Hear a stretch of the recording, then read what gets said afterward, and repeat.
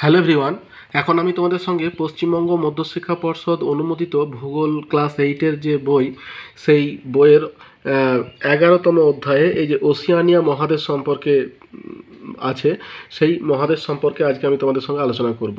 তো দেখো, এই ওশিয়ানিয়া মহাদেশ হচ্ছে পৃথিবীর একটা দ্বীপ মহাদেশ, বা এর অপর একটা নাম হচ্ছে তোমার অস্ট্রেলিয়া মহাদেশ। তো এই তিনটে নামে এই ওশিয়ানিয়া মহাদেশ পরিচিত। একটা হচ্ছে দ্বীপ মহাদেশ, ওশিয়ানিয়া মহাদেশ এবং অস্ট্রেলিয়া মহাদেশ। তো এগুলো কী জন্য এরকম নামকরণ হয়েছে, এখানকার প্রধান প্রধান ভূপ্রাকৃতিক বৈচিত্র্য, স্বাভাবিক উদ্ভিদ যা যা আছে সবই কিন্তু আমি তোমাদের সঙ্গে একটার পর একটা আলোচনা করব। তো তোমরা একটু মন দিয়ে শোনো, দেখো তোমরা অনেকটাই বুঝতে পারবে। তাহলে দেখো, ওশিয়ানিয়া মহাদেশ সম্পর্কে আলোচনা করার আগে আমি তোমাদের একটা কথা বলতে চাই। ঠিক যেমন আমেরিকা মহাদেশ অর্থাৎ উত্তর এবং দক্ষিণ আমেরিকা, এগুলোকে কী বলছে, নবীন বিশ্ব। অর্থাৎ প্রথম যে প্রাচীন সভ্যতার সৃষ্টি হয়েছিল তখন কিন্তু এই মহাদেশগুলো সম্পর্কে কিন্তু খুব একটা ধারণা ছিল না। এই ওশিয়ানিয়া মহাদেশটাও কিন্তু ঠিক একই রকম, অর্থাৎ আমেরিকা আবিষ্কার হয়েছে, তার পরে পরে কিন্তু তোমার ওশিয়ানিয়ার আবিষ্কার হয়েছে। প্রথম আমাদের যে সভ্যতা, অর্থাৎ আমাদের যে মানব সভ্যতার বিকাশ, আমরা যে এই ম্যাপটা যদি দেখি তাহলে বুঝতে পারবো। এই যে তোমার এই যে ছোটো ছোটো এই জায়গাতে যে নদীগুলো আছে, অর্থাৎ নীল নদ, তারপরে তোমার টাইগ্রিস ইউফ্রেটিস নদী, সিন্ধু নদী, এবং এইদিকে তোমার চীনের ইয়াংসি হুয়াংহো নদী, এখানে কিন্তু সভ্যতার প্রথম বিকাশ হয়েছিল। অর্থাৎ আমাদের যে প্রাচীন চারটে সভ্যতা আছে, মিশরীয় সভ্যতা, মেসোপটেমিয়া সভ্যতা, সিন্ধু সভ্যতা এবং চীন সভ্যতা, এগুলো কিন্তু কি বলতো, এই যে চারটে নদী 1, 2, 3, 4, এই চারটে নদীর উপকূলে কিন্তু তোমার সৃষ্টি হয়েছিল। এবং এইখানে সভ্যতার প্রথম বিকাশ হলেও আস্তে আস্তে উন্নত হয় কিন্তু এই ইউরোপ মহাদেশ, এই জায়গাটা। এবং ইউরোপ মহাদেশ কী করলো, তাদের বাণিজ্যিক স্বার্থে বিভিন্ন মহাদেশে তাদের বিস্তার জমাতে শুরু করলো।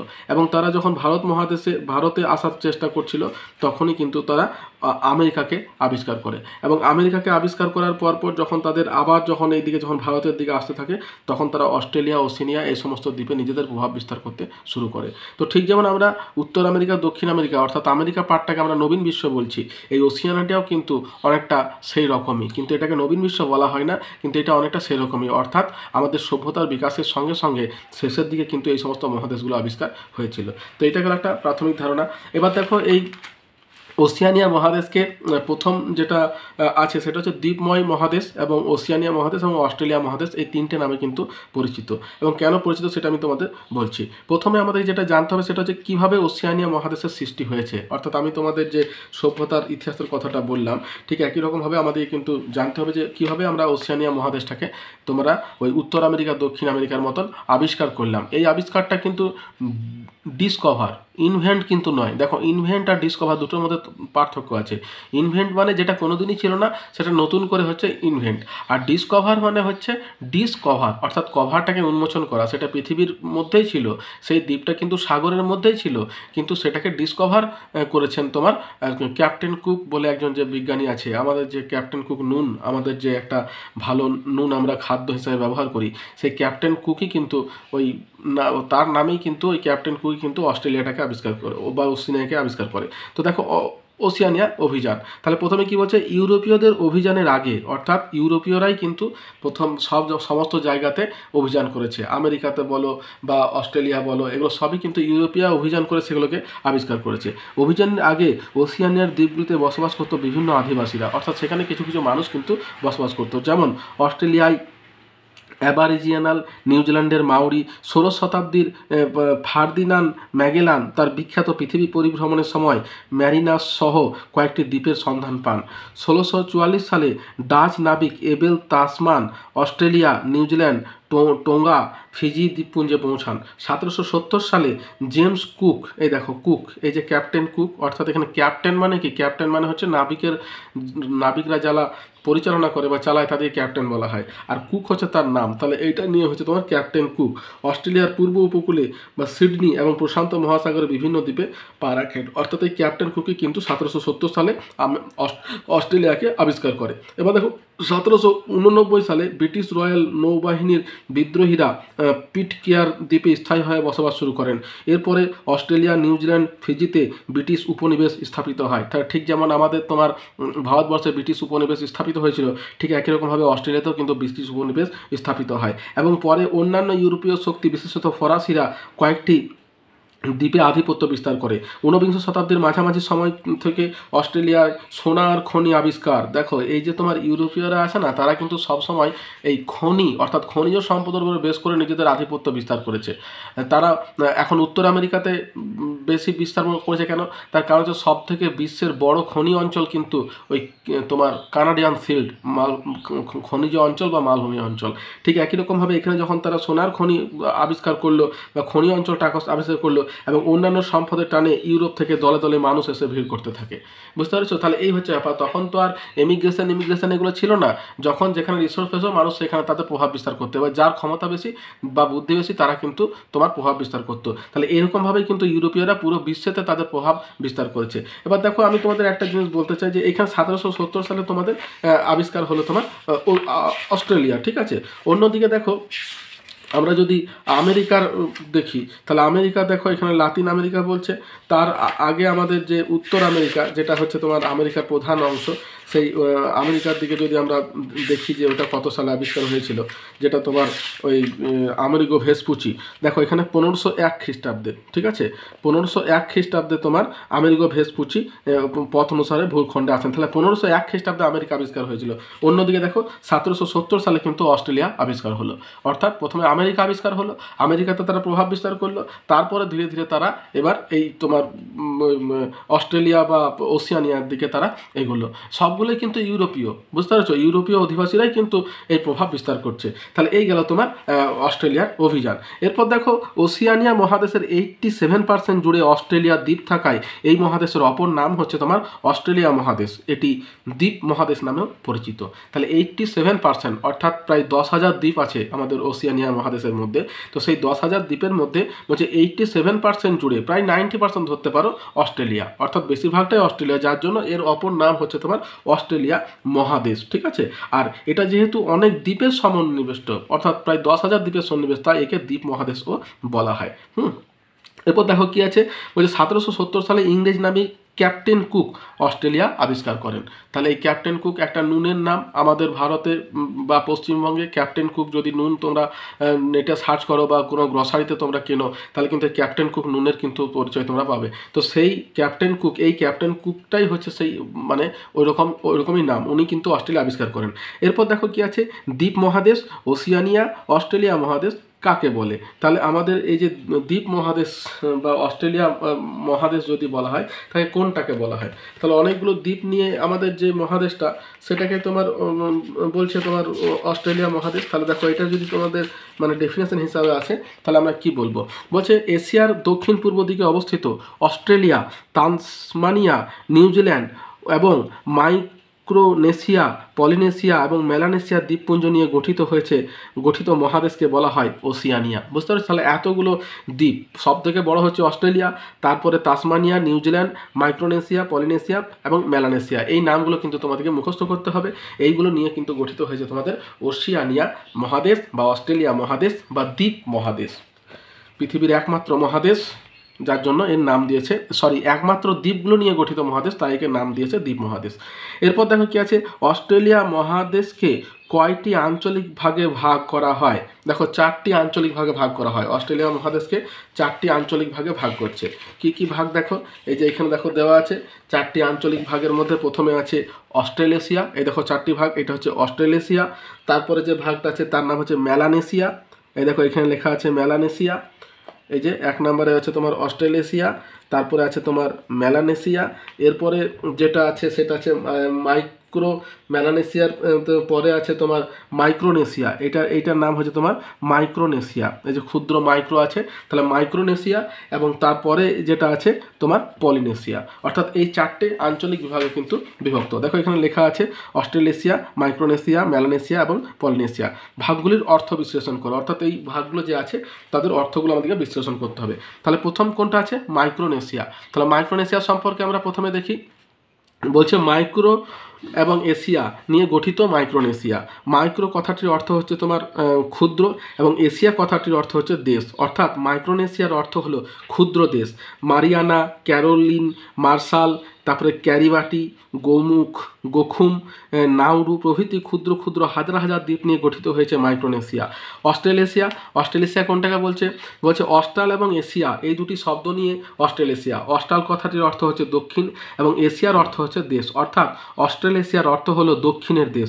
অস্ট্রেলিয়া, টাসমানিয়া ও নিউজিল্যান্ড দক্ষিণ দিকে অবস্থিত, তাই একত্রে এদের অস্ট্রালেশিয়া বলে।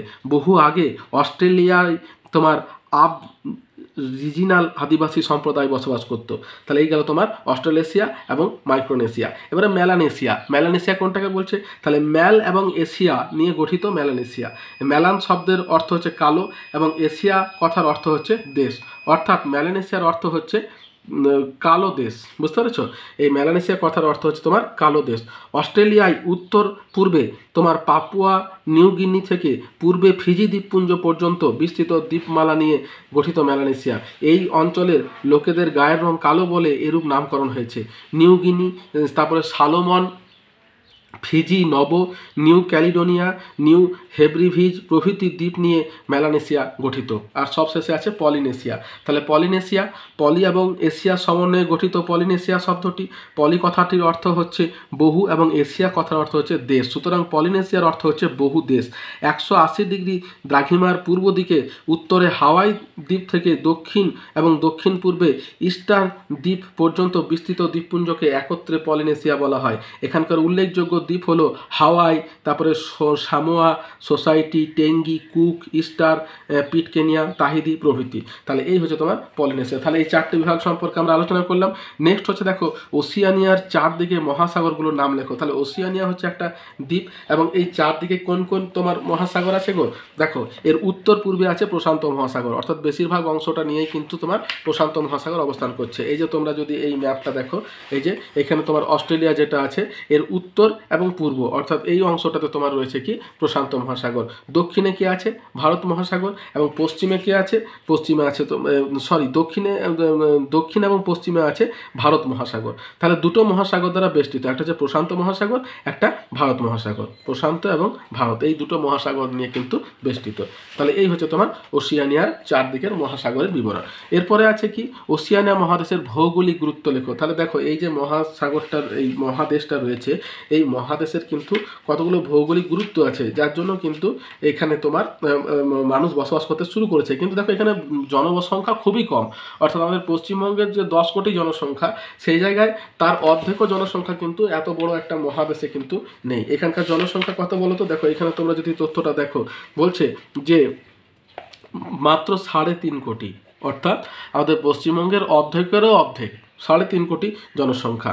দেখো গোটা দেশে অথচ লোক সংখ্যা মোটেই 3.5 কোটি, পশ্চিমবঙ্গের মোট জনসংখ্যার অর্ধেকেরও কম। হ্যাঁ, তাহলে এই হচ্ছে এর ইতিহাস, অর্থাৎ জনসংখ্যা কিন্তু এখানে খুবই কম। এবার দেখো এখানে ভৌগোলিক গুরুত্ব তাহলে কি, এবারে দেখবো আমরা যে এটার ভৌগোলিক গুরুত্ব তোমার কি কি রয়েছে। তাহলে ভৌগোলিক গুরুত্ব যদি আমরা আলোচনা করতে যাই, তাহলে দেখো প্রথমে কি আছে? ওসিয়ানিয়া দক্ষিণ গোলার্ধের মহাদেশ, অর্থাৎ কুমেরু একটা মহাদেশ। ফলে বহির্বিশ্বের সঙ্গে সম্পর্ক বিশেষ কিন্তু ছিল না, অর্থাৎ এটার সঙ্গে কিন্তু সম্পর্ক আগে কিন্তু বিশেষ কিছু ছিল না। 20 শতাব্দীতে উত্তর দক্ষিণ আমেরিকার সঙ্গে জলপথে যোগসূত্র স্থাপিত হয়, তবে এশিয়ার সঙ্গে দীর্ঘদিন থেকেই বাণিজ্যিক বিনিময় ঘটত, অর্থাৎ এশিয়ার সঙ্গে কিন্তু এর যোগাযোগ মোটামুটি ছিল দীর্ঘদিন থেকেই, কিন্তু আমেরিকার সঙ্গে কিন্তু অতটা ছিল না। এই মহাদেশের ভৌগোলিক গুরুত্ব নিম্নরূপ। প্রথম হচ্ছে অবস্থান এবং ক্ষেত্রমান। বলছে উত্তরে 10 ডিগ্রি উত্তর এবং দক্ষিণে 47 ডিগ্রি দক্ষিণ অক্ষরেখা পর্যন্ত এবং পূর্বে 114 ডিগ্রি পূর্ব এবং পশ্চিমে 134 ডিগ্রি পশ্চিম পর্যন্ত দ্রাঘিমার মধ্যবর্তী প্রায় 8,40,000 বর্গ কিলোমিটার ক্ষেত্রমানযুক্ত মহাদেশ হচ্ছে ওসিয়ানিয়া।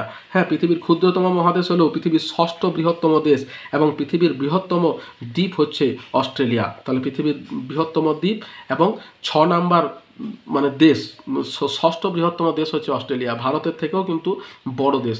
ভারত আছে কোথায়? 7 নম্বরে, বুঝতে পেরেছো? তাহলে ভারতের আগে আছে অস্ট্রেলিয়া, 6 নাম্বার বৃহত্তম দেশ হচ্ছে অস্ট্রেলিয়া। এবং এটা যেহেতু সব থেকে বড় দ্বীপ দেশ, তার জন্য এর নাম অনুসারে সমস্ত দ্বীপের সমগ্র মহাদেশটাকে কিন্তু আবার অস্ট্রেলিয়া মহাদেশও বলা হয়। এবার দ্বীপময় অবস্থান বলছে উত্তর দক্ষিণ আমেরিকা থেকে এশিয়া আসার পথে বহু জাহাজ ওসিয়ানিয়ার দ্বীপগুলি আশ্রয় নেয়, আবার সাময়িক বিরতি নিয়ে দীর্ঘ বাণিজ্য পথ অতিক্রম করে, অর্থাৎ দ্বীপময় অবস্থার কারণে এগুলি হন্টিং প্লেস হিসাবে ব্যবহৃত হয়। এছাড়া ওসিয়ানিয়ার অনেকগুলি দ্বীপ বৃহৎ শক্তির সামরিক ঘাঁটি রূপেও ব্যবহৃত হয়। তাহলে দেখো জলপথে যখন জাহাজগুলো যায় তখন এগুলোতে কি একটা শেল্টার হিসাবে কাজ করে। একটা দীর্ঘ পথ যাওয়ার পথে অনেক জাহাজ কিন্তু এখানে দাঁড়ায়, অর্থাৎ ভারত থেকে ধরো আমেরিকা গেল বা ধরো একটা দেশ থেকে অন্য দেশে যখন জলপথে যাচ্ছে তখন এগুলো একটা তোমার একটা স্পট হিসাবে কাজ করছে। এরপরে প্রাকৃতিক শোভা এবং পর্যটন বলছে ওসিয়ানিয়ায় পৃথিবীর অন্যতম প্রাচীন ভঙ্গিল পর্বত গ্রেট ডিভাইডিং রেঞ্জ, দেখো এইটা হচ্ছে, এবং বৃহত্তম প্রবাল প্রাচীরের আকর্ষণে বহু মানুষ দেশ বিদেশে ভ্রমণ করতে আসেন, যা অস্ট্রেলিয়ার মোট জনসংখ্যার চেয়ে কয়েক গুণ বেশি, অর্থাৎ যে 3.5 কোটি জনসংখ্যা আছে তার থেকে বেশি মানুষ কিন্তু ওখানে ঘুরতে যায়, বুঝতে পেরেছো। সুতরাং অর্থনৈতিক আয়ের পথ কিন্তু সুগম হয়। জলবায়ু এবং উদ্ভিদের বৈচিত্র্য কি বলছে, অস্ট্রেলিয়ার উত্তরে ক্রান্তীয়, দক্ষিণে নাতিশীতোষ্ণ জলবায়ুর প্রভাব লক্ষ্য করা যায়। উপকূলে ভূমধ্যসাগর আবহাওয়া পরিলক্ষিত হয়, তেমনি এখানে মূলত পর্ণমোচী জাতীয় উদ্ভিদ পাওয়া গেলেও অস্ট্রেলিয়ায় স্টেপ সাভানা জাতীয় তৃণভূমিও দেখা যায়। অস্ট্রেলিয়ার সাভানা তৃণভূমি পার্কল্যান্ড নামে পরিচিত। পশুপালন এবং কৃষি সম্পর্কে বলছে জনসংখ্যা কম বলে পশুজাত এবং কৃষিজাত দ্রব্য বেশিরভাগটাই রপ্তানি নির্ভর, অর্থাৎ এগুলো কিন্তু তারা বিদেশে রপ্তানি করে। বিস্তীর্ণ নাতিশীতোষ্ণ তৃণভূমিতে প্রচুর পশুপালন, পশম উৎপাদনে এবং মেষ চাষে অস্ট্রেলিয়া পৃথিবীতে শীর্ষ স্থান অধিকার করছে।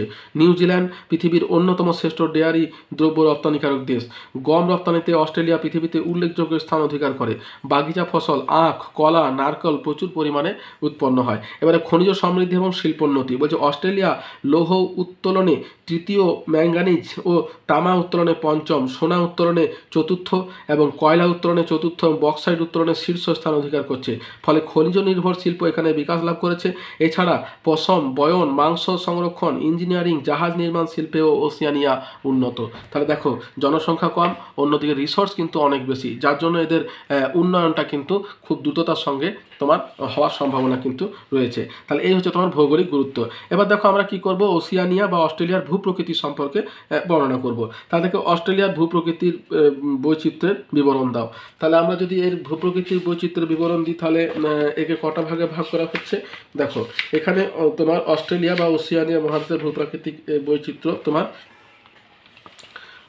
এই যে তোমার মোট 1, 2, 3, 4টি ভাগে তোমার ভাগ করছে। হ্যাঁ দেখো ছোট বড় অসংখ্য দ্বীপ নিয়ে গঠিত ওসিয়ানিয়া। ভূপ্রাকৃতির মধ্যে অনেক বৈচিত্র্য আছে। প্রথম ভাগটা যেটা সেটা কি আছে, বৈচিত্র্য অনুসারে তোমার 4টি ভাগে ভাগ করা হয়। প্রথম ভাগটা হচ্ছে পূর্বের উচ্চভূমি। তাহলে পূর্বের উচ্চভূমি এই যে দেখতে পাচ্ছ এখানে, এই দেখো এখানে যে ম্যাপটা দেওয়া হচ্ছে, এখানে যে ব্রাউন কালারের যে এই অংশটা দেওয়া আছে এটা হচ্ছে পূর্বের উচ্চভূমি। এই দেখো পূর্বের উচ্চভূমি, এই যে প্রথম ভাগটা হচ্ছে পূর্বের উচ্চভূমি ওসিয়ানিয়া মহাদেশে। এবার পূর্বের উচ্চভূমি বলছে অস্ট্রেলিয়ার পূর্ব দিক বরাবর উত্তর দক্ষিণে বিস্তৃত হয়েছে একটি প্রাচীন ভঙ্গিল পর্বতশ্রেণী। এর নাম হচ্ছে গ্রেট ডিভাইডিং রেঞ্জ। হ্যাঁ আমাদের যেমন হিমালয় পর্বত, উত্তর আমেরিকার তোমার রকি, দক্ষিণ আমেরিকার আন্দিজ, হ্যাঁ তারপর ইউরেশিয়ার আল্পস, এই যে এগুলো আছে ইউরোপের আল্পস, ঠিক তেমনি এখানে গ্রেট ডিভাইডিং রেঞ্জ হচ্ছে অস্ট্রেলিয়ার পূর্ব দিকে অবস্থিত একটা ভঙ্গিল পর্বতশ্রেণী। এই পর্বতশ্রেণী থেকে বিভিন্ন স্থানে বিভিন্ন নামে পরিচিত, যেমন darling downs, Australian Alps, blue range, new England range, Liverpool range, new England রেঞ্জের মাউন্ট কোসিয়াস্কো অস্ট্রেলিয়ার সর্বোচ্চ শৃঙ্গ। ঠিক আছে, এরপর দেখো পশ্চিমের মালভূমি অঞ্চল। তাহলে একটাই পার্বত্য অঞ্চল হলো। এবার দেখো পশ্চিমের মালভূমি অঞ্চল, যেটা খনিজ সম্পদের সমৃদ্ধ অঞ্চল। এই দেখো এই যে পশ্চিমের মালভূমি অঞ্চল, তাহলে দেখতে পাচ্ছ এখানে প্রায় অনেকটা ভাগ, প্রায় 50% কিন্তু মালভূমি অঞ্চলের অন্তর্গত। এই যে ইয়েলো কালারটা দেখতে পাচ্ছ। তাহলে এই মালভূমি অঞ্চল মানে কি গো, মালভূমি অঞ্চল মানে হচ্ছে খনিজ সম্পদের সমৃদ্ধ অঞ্চল বা সিল্ড অঞ্চল বা প্রাচীন অঞ্চল। ঠিক আছে, তাহলে দেখো কি বলছে, অস্ট্রেলিয়ার পশ্চিমে অর্ধেকের বেশি অংশ জুড়ে উঁচু নিচু ঢেউ খেলানো মালভূমি দেখা যায়। এখানকার গড় উচ্চতা 200 থেকে 500 মিটার। এই মালভূমির শিলাগুলো ভারতের দাক্ষিণাত্য মালভূমির মতোই পুরনো। পূর্ব এবং পশ্চিমে কয়েকটি ছোট ছোট পাহাড় দেখা যায়, আর মাঝখানে রয়েছে মরুভূমি অঞ্চল। এই মরুভূমির বিভিন্ন জায়গায় বিভিন্ন নাম রয়েছে, যেমন ভিক্টোরিয়া, গিবসন, গ্রেট সান্ডি মরুভূমি। মরুভূমির মধ্যে মাঝে মাঝে লবণাক্ত জলের হ্রদ, প্লায়া ও মরুদ্যান দেখা যায়। লাল বেলে পাথর শিলায় গঠিত আয়ার রক অস্ট্রেলিয়ার পশ্চিমের মালভূমি অঞ্চলের একটি দর্শনীয় বস্তু। সূর্যোদয় থেকে সূর্যাস্ত দিনের বিভিন্ন সময় এর রং পরিবর্তন হয়। কখনো কখনো এটাকে লালচে বাদামি, কখনো হলদে, কখনো হালকা বেগুনি দেখতে লাগে। তাহলে এই গেল তোমার এর মালভূমি অঞ্চল। এরপর আমাদের আছে মধ্যভাগে সমভূমি অঞ্চল। তাহলে দেখো মধ্যভাগে সমভূমি অঞ্চল মানে এই দেখো এই যে এই অংশটা, অর্থাৎ একদিকে তোমার পূর্ব দিকে আছে পর্বত, পশ্চিম দিকে আছে মালভূমি, আর এই দুটোর মাঝখানে আছে দেখো সমভূমি অঞ্চল। এইখানটাতে কিন্তু সবথেকে বেশি পরিমাণ মানুষ কিন্তু বসবাস করছে। তাহলে দেখো এখানে যে তোমার 50% চলে যাচ্ছে, 50%-এর ওপর চলে যাচ্ছে মালভূমির দিকে, আর বাকি যেটুকু থাকছে তার মধ্যে কিছুটা অংশ পর্বত অবস্থান করছে, আর এইটার মধ্যে কিন্তু এই সমভূমি অঞ্চলটা অবস্থান করছে। এখানে কিন্তু মানুষ বসবাস করছে সবথেকে বেশি পরিমাণে। তাহলে দেখো পূর্বে গ্রেট ডিভাইডিং রেঞ্জ আর পশ্চিমে মালভূমি অঞ্চল সমতল, মাঝের সমতল গ্রে আর সেলউইন নামে দুটি উচ্চভূমি এই সমতল ভূমিভাগকে 3 ভাগে ভাগ করেছে। অর্থাৎ এর মধ্যে আবার দুটো উচ্চভূমি আছে যেগুলো কিন্তু একে আবার দুটি ভাগে ভাগ করছে। দক্ষিণে রয়েছে মারডার্লিং নদী অববাহিকা বা রিভোসানো সমভূমি, মাঝে আছে আয়ার হ্রদের অববাহিকা, আর উত্তরে আছে কার্পেন্টেরিয়া নিম্নভূমি। কার্পেন্টারিয়া নিম্নভূমি অঞ্চলে শিলাস্তরের আকৃতি অনেকটাই গামলার মতো। যে কূপ খুঁড়লে মাটির নিচে জল পাম্পের সাহায্য ছাড়াই বেরিয়ে আসে, এই ধরনের কূপকে আর্টেজিও কূপ বলা হয়। তাহলে আর্টেজিও কূপ কাকে বলে? এখানে চিত্রটা দেওয়া হয়েছে। এখানে যখন এরকম আকৃতি বিশিষ্ট হবে, আমি আর্টেজিও কূপ সম্পর্কে পরে আবার তোমাদের সঙ্গে আলোচনা করছি। এখানে মেন হচ্ছে দেখো এরকম আকৃতি বিশিষ্ট যদি হয়, অর্থাৎ উপরে তোমার অপবেশ্য, নিচে অপবেশ্য শিলা, আর মাঝখানে যেটা আছে এটা প্রবেশ্য শিলা। ফলে এই দুটো জায়গাতে যদি বৃষ্টি হয় তাহলে এইখানে জলটা এসে জমা হয়ে যায়। ফলে কী হয়, এখানে একটা প্রেসার মধ্যে থাকে। তাহলে এই বরাবর যদি একটা তোমার কূপ খনন করা হয় তাহলে এই জায়গাতে জলটা কিন্তু নিজে নিজেই বেরিয়ে আসবে। তাহলে এইরকম ভূমিরূপ আকৃতি বিশিষ্ট যে কূপ সেটিকে আর্টেজিও কূপ বলছে। এবার দেখো উপকূলের সমভূমি অঞ্চল, অর্থাৎ সমুদ্র চারিদিকেই তো সমুদ্র, তোমার এই সমুদ্রের উপকূল বরাবর যে সমভূমি গঠিত হয়েছে সেটিকে বলছে উপকূলের সমভূমি। অর্থাৎ তুমি দেখতে পাচ্ছ এই যে আমাদের যে অস্ট্রেলিয়া আছে তার চারিদিকেই কিন্তু উপকূলের সমভূমি রয়েছে। শুধুমাত্র এই যে পার্বত্য অঞ্চল যেটা গ্রেট ডিভাইডিং রেঞ্জ, সেখানে এই অঞ্চলটাতে শুধুমাত্র কোনো তোমার উপকূলের সমভূমিটা নেই। তাহলে উপকূলের সমভূমি তোমার শুধুমাত্র পূর্ব অংশে কম আছে, বাকি উত্তর, দক্ষিণ, পশ্চিম সব দিকে কিন্তু রয়েছে। দেখো অস্ট্রেলিয়ার চারপাশেই উপকূলের সমভূমি রয়েছে, তবে বেশিরভাগ সমভূমি খুব সংকীর্ণ। উত্তরে কার্পেন্টেরিয়া উপসাগর এবং দক্ষিণে গ্রেট অস্ট্রেলিয়ান বাইটেন উপকূল কিছুটা চওড়া, আর উত্তর পূর্বে উপকূল বরাবর সমুদ্রের মধ্যে সমান্তরালে অবস্থান করছে পৃথিবীর বৃহত্তম প্রবাল প্রাচীর গ্রেট ব্যারিয়ার রিফ। এটা হচ্ছে পৃথিবীর সবথেকে বড় তোমার প্রবাল প্রাচীর। তাহলে এই গেল তোমার আমাদের ওসিয়ানিয়া বা অস্ট্রেলিয়ার ভূপ্রাকৃতিক বিবরণ। এরপর দেখো আর্টেজিও কূপ কাকে বলে। তাহলে আর্টেজিও কূপ কাকে বলে সেটা তো ধরো একবার আমরা তোমাদের সঙ্গে আলোচনা করলাম, অর্থাৎ ওইরকম আকৃতি বিশিষ্ট।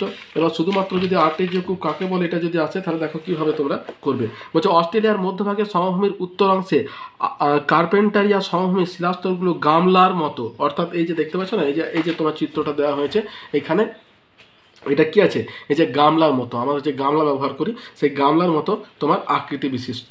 এবার কি বলছে, গামলার মতো বা ধনুকের মতো বেঁকে অবস্থান করছে। গামলা বা ধনুক দুটোই বলা যেতে পারে। ফলে এখানে কূপ খনন করলে পাম্পের সাহায্য ছাড়াই জল বেরিয়ে আসে, একে আর্টেজিও কূপ বলে। অর্থাৎ যদি এই গামলার মাঝ বরাবর যদি একটা কূপ খনন করা হয় তাহলে এই দুটো স্থানে বৃষ্টি হলে এই জায়গাতে জল এসে জমে যায় এবং এই বরাবর জলটা বেরিয়ে আসে, এটিকে আর্টেজিও কূপ বলে। দেখো আর্টেজিও কূপ যদি তোমাদের আসে তাহলে এই ছবিটা কিন্তু অবশ্যই দেওয়ার চেষ্টা করবে, ঠিক আছে।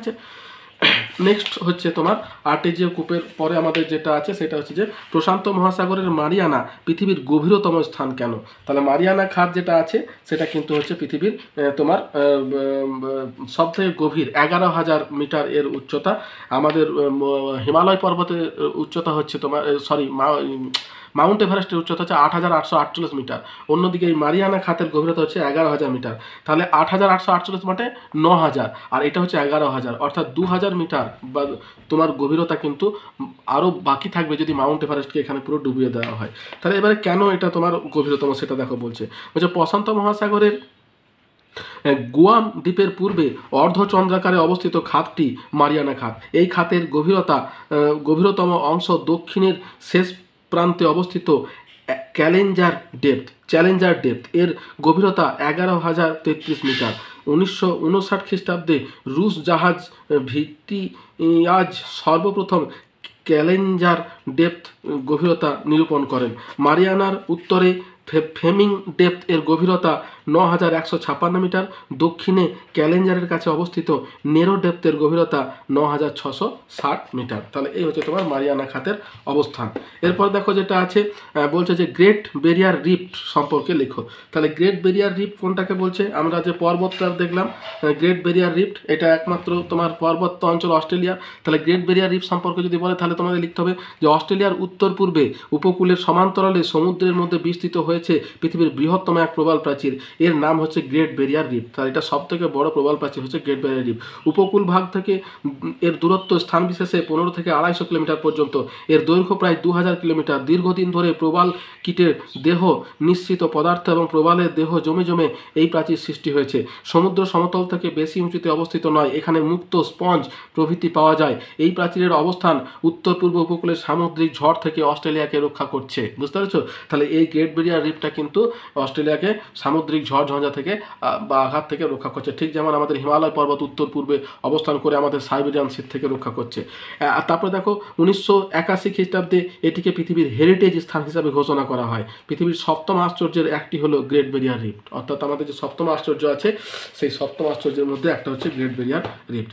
এরপর দেখো কি আছে, নিউজিল্যান্ড, মেলানেশিয়া, সাইক্রোনেশিয়া, পলিনেশিয়ার ভূপ্রকৃতির বিবরণ দাও। অর্থাৎ আরও যে তোমার ছোট ছোট যে কতগুলো দ্বীপ আছে তাদের ভূপ্রকৃতির বিবরণ দিতে বলছে। তাহলে দেখো প্রথমে নিউজিল্যান্ডের বিবরণ দিই। নিউজিল্যান্ড বলছে উত্তর দক্ষিণ নামে দুটি বড় দ্বীপ আর স্টুয়ার্ট, চ্যাথাম প্রভৃতি কয়েকটি ছোট দ্বীপ নিয়ে গড়ে উঠেছে নিউজিল্যান্ড। ঠিক আছে, নিউজিল্যান্ড, হ্যাঁ, এখানকার বেশিরভাগ ভূমি পর্বতময়। অনেকগুলো আগ্নেয়গিরি, মাউন্ট এগমন্ট, রুহারেখা, রুহাপেহু আছে এখানে। দক্ষিণ দ্বীপের দক্ষিণে আল্পস প্রধান পর্বত শ্রেণী, হ্যাঁ, দক্ষিণ দ্বীপে কিন্তু আল্পস পর্বত কিন্তু অবস্থান করছে। এই পর্বত শ্রেণীর মাউন্ট কুক, হ্যাঁ, মাউন্ট কুক নিউজিল্যান্ডের সর্বোচ্চ শৃঙ্গ। এই দ্বীপের পূর্বে উপকূল বরাখা বরাবর বিখ্যাত ক্যান্টারবেরি সমভূমি অবস্থান করছে। নিউজিল্যান্ডের প্রধান নদী হলো ওয়াইটাকি, ক্লথ, ওয়ানগুমাই, টায়েরি। এগুলো দৈর্ঘ্য ছোট এবং খরস্রোতা। এই দেশের পার্বত্য অঞ্চলে অনেক হিমবাহ হ্রদ সৃষ্টি হয়েছে। তাহলে এই দেখো এখানে যে ছবিটা দেওয়া আছে এটা হচ্ছে নিউজিল্যান্ডের ছবি। এরপর দেখো মেলানেশিয়া, মাইক্রোনেশিয়া এবং পলিনেশিয়ার ভূপ্রকৃতি। বলছে হাজার হাজার দ্বীপ নিয়ে গঠিত এই তিনটি অঞ্চল। এখানকার বেশিরভাগ দ্বীপগুলি গঠিত হয়েছে সমুদ্রের তলদেশে আগ্নেয় পদার্থ জমা হয়ে। পপুলার নিউ গিনির মাউন্ট উইলহেলম ওসিয়ানার সর্বোচ্চ শৃঙ্গ। হাওয়াই, সালোমন, ফিজি, তাহিতি প্রভৃতি উল্লেখযোগ্য আগ্নেয় দ্বীপ। হাওয়াই দ্বীপে মৌনালোয়া, তারপরে কিলাউইয়া প্রভৃতি আগ্নেয়গিরি অবস্থিত। মার্শাল, গিলবার্ট, ক্যারালাইন প্রভৃতি দ্বীপগুলি আবার মৃত প্রবাল জমে সৃষ্টি হয়েছে। তাহলে এই হচ্ছে তোমার মাউন্ট সত্য। এবার দেখো বলছে মাউন্ট লোয়ার উচ্চতা মাউন্ট এভারেস্টের থেকেও বেশি। তার কারণটা কি? মাউন্ট লোয়া যেটা বলছে এর উচ্চতাটা কিন্তু মাউন্ট এভারেস্টের থেকেও বেশি। এটা কিভাবে বলছে? এর মোট উচ্চতা সমুদ্র তলদেশ থেকে 9170 মিটার। এর মধ্যে 5000 মিটার রয়েছে সমুদ্র পৃষ্ঠের নিচে, যার জন্য কিন্তু এটা সর্বোচ্চ শৃঙ্গ নয়। অর্থাৎ যেহেতু আমরা উচ্চতাটা কি করি, উচ্চতাটা কিন্তু সমুদ্র পৃষ্ঠ থেকে মাপি, কিন্তু এই মাউন্ট লোয়া তোমার কী হয়েছে বেশিরভাগটা অনেকটা অংশ কিন্তু 5000 মিটার, মানে বলতে পারো বেশিরভাগটাই 9000-এর মধ্যে যদি 5000 নিচে থাকে তার মানে অর্ধেকেরও বেশি কিন্তু সমুদ্রের নিচে রয়েছে, যার জন্য এটা কিন্তু পৃথিবীর উচ্চতম শৃঙ্গের মর্যাদা পাচ্ছে না মোয়া। তাহলে 5000 মিটার সমুদ্রের নিচে রয়েছে, বাকি 4170 মিটার রয়েছে সমুদ্রপৃষ্ঠের উপরে। মাউন্ট এভারেস্টের উচ্চতা সমুদ্রপৃষ্ঠ থেকে 8838 মিটার। তাই মোট উচ্চতার বিচারে মৌনা লোয়ার উচ্চতা বেশি, কিন্তু পৃথিবীর স্থলভাগের উচ্চতা মাপা হয় সমুদ্রপৃষ্ঠ থেকে, তাই মাউন্ট এভারেস্টের পৃথিবীর সর্বোচ্চ শৃঙ্গ। বুঝতে পারছো? তাহলে এই গেল তোমার ভূপ্রকৃতির বিবরণ। এরপরে আমাদের কি আছে, নদ নদী সম্পর্কে আলোচনা করতে হবে। তাহলে নদ নদী, অস্ট্রেলিয়ার নদ নদীর বিবরণ দাও। তাহলে অস্ট্রেলিয়াতে অর্থাৎ ওসিয়ানিয়াতে তোমার কি কি তোমার নদ নদী আছে সেইগুলো আমাদেরকে বলতে হবে। তাহলে নদ নদী দেখো, এখানে নদ নদী বলছে অস্ট্রেলিয়ার প্রধান নদীগুলো হলো মারে ডার্লিং, এটা হচ্ছে প্রধান নদী, বুঝতে পারছো, মারে ডার্লিং। তারপরে হান্টার, ফ্রিজক, তারপরে ব্রিসবেন, কুপার ও আয়ার। নিউজিল্যান্ডের প্রধান নদীগুলো হলো ওয়াইটাকি, ক্লাথা এবং পাপুয়া। নিউ গিনির প্রধান নদী হলো ফ্লাই। ঠিক আছে, তাহলে এই হচ্ছে তোমার অস্ট্রেলিয়ার নদ নদী। এরপরে নেক্সট আমাদের যেটা আছে বলছে নিউজিল্যান্ডের নদ নদীর বিবরণ দাও। তাহলে আমাদের যে এটা হলো তোমার অস্ট্রেলিয়া মানে পুরো মহাদেশের। এবার নিউজিল্যান্ডের নদ নদী সম্পর্কে যদি আমরা বিবরণ দিতে যাই তাহলে দেখো নিউজিল্যান্ডের নদ নদীতে কী কী আছে। দেখো নিউজিল্যান্ডের নদ নদী বলছে নিউজিল্যান্ডের নদীসমূহ ছোট ছোট পাহাড় থেকে উৎপন্ন হয়ে বেশিরভাগই প্রশান্ত মহাসাগর ও তাসমান সাগরে পতিত হয়েছে।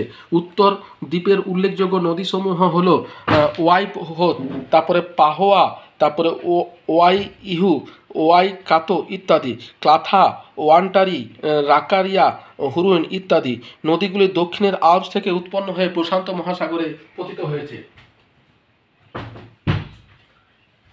এরপরে নেক্সট দেখো যেটা আছে তার প্রশান্ত মহাসাগরে পতিত হয়েছে। তাহলে এই হলো এখানকার নদ নদীর একটা বিবরণ।